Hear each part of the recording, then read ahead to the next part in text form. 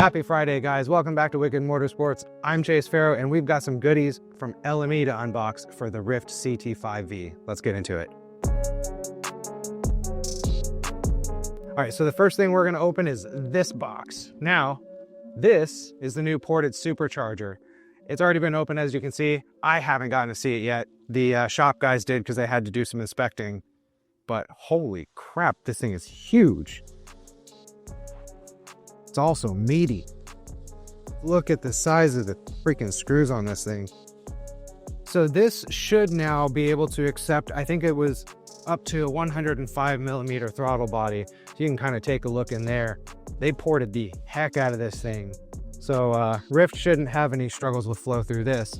And the best part is we've got some matching heads from LME that we're gonna unbox next. That'll really help move the air through this into the engine block. So now, let's crack open these babies.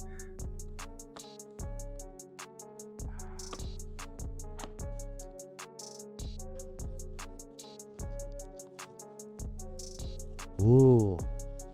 So these are already loaded. They've already got the valves in them, already got the valve springs, all that. So these should be pretty much ready to just bolt straight to, straight to Rift's block. And I think Matt was saying he's already got the head studs in and everything.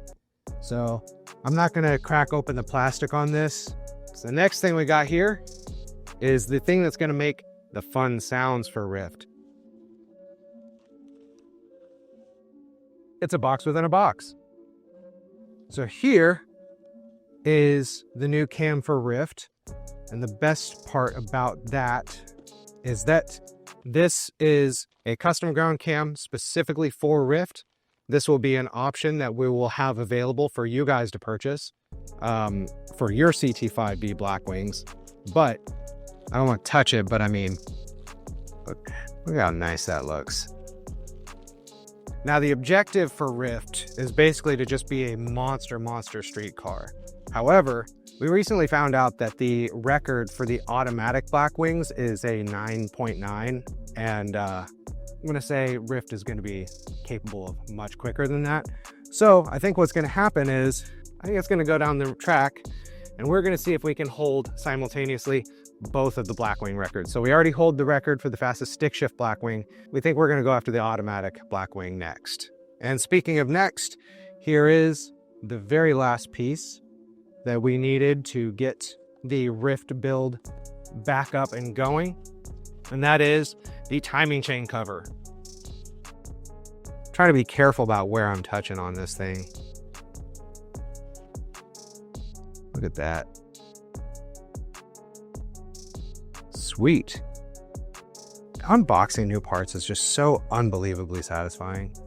And that's all the new parts for Rift. So we're gonna head out to the shop, we're gonna talk with Matt, and basically get even more details on what's going on, how this is all working, and kind of what the goals are, what we're kind of expecting to see out of Rift as we get it completed.